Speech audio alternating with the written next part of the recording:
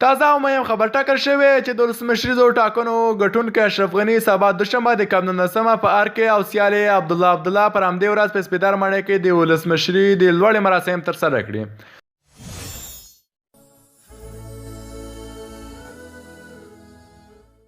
سلامونه ګران دوستانو، بیا ویډیو ته په خیر راغلاست. که زموږ چینل هم نه سبسکرایب کړي، چینل ته سبسکرایب کړئ، ویډیو سره لایک کړئ او خپل نظرونه مو کمنټ باکس کې راسره شریک کړئ. دواړو مشرانو د لوړې په دې مراسمو کې یو او بل ته پر ګډون سربیره د ملي شورا غړیو، سفارتونو او سیاستوالو ته هم بلنلیکونه استولي دي. له ملي تلویزیون څخه خپرېدونکي انځورونه ښیي چې په ار کې د ولسمشر په توګه د اشرف غني د لوړې مراسمو ته ځانګړي تدابیر نیول شوي دي.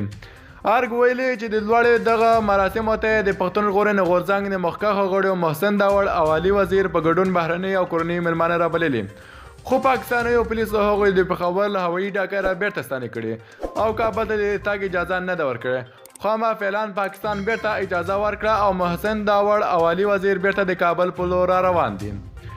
د ولسمشر ویان صدیقي وایي د مراسمو لپاره مو سبا ته پوره چمتووالی نیولی او ښه ډېر میلمانه به د ولسواکۍ په دې جشن کې ګډون وکړي. د ار په ګاونډ سپیدار ماڼۍ کې د عبدالله لخوا د ولسمشر په توګه د لوړې مراسمو ته هم چمتووالی روان دی. د اجرایي ریاست د ویاند مرستیال امید مسیم وایي چې د دواړو خواو ترمنځ خبرې اترې بې پایلې پای ته رسېدلي او سبا ته د لوړې مراسم ترسره کوي. د کار او ټولنیزو چارو وزارت پرته له دې چې د اشرف غني او یا هم عبدالله نوم اخلي د اعلامیې په خپرولو سره ویلي چې د ولسمشري د لوړې مراسمو له کابله د دوشنبې ورځ د کاب 19 په کابل کې عمومي رخصتي ده. هغه څه چې د خلکو پام یې راجلب کړی دی دا دی چې د دواړو سیالانو خلک د لوړې مراسمو ته بللي، خو په یو وخت کې دوه مراسمو ته بلنې کورنیو او بهرنیو مېلمنو ته غوروارې ستونزمن کړی دی. د ولسي جرګې غړی شیر محمد اخوندزاده وایي اوس نه پوهېږو چې په کومو مراسمو کې ګډون وکړو، دا ننګوونکی ده.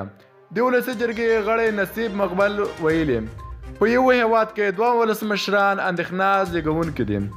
وروستي راپورونه وایي چې دغه لانجې د غوڅولو لپاره د زلمي خلیلزاد او بهرنیو ډیپلوماتانو هڅې کې څه هم ناکامي شوې، خو اوس هم روانې دي چې دواړه مشران سره نږدې کړي. مننه کوم دوستانو چې ویډیو مو تر پایه پورې وکتله. که زموږ چینل هم نه سبسکرایب کړئ، چینل ته سبسکرایب کړئ، ویډیو سره شیر کړئ او خپل نظرونه مو کمنټ باکس کې راسره شریک کړئ. ډېره زیاته مننه چې ویډیو مو تر پایه پورې وکتله.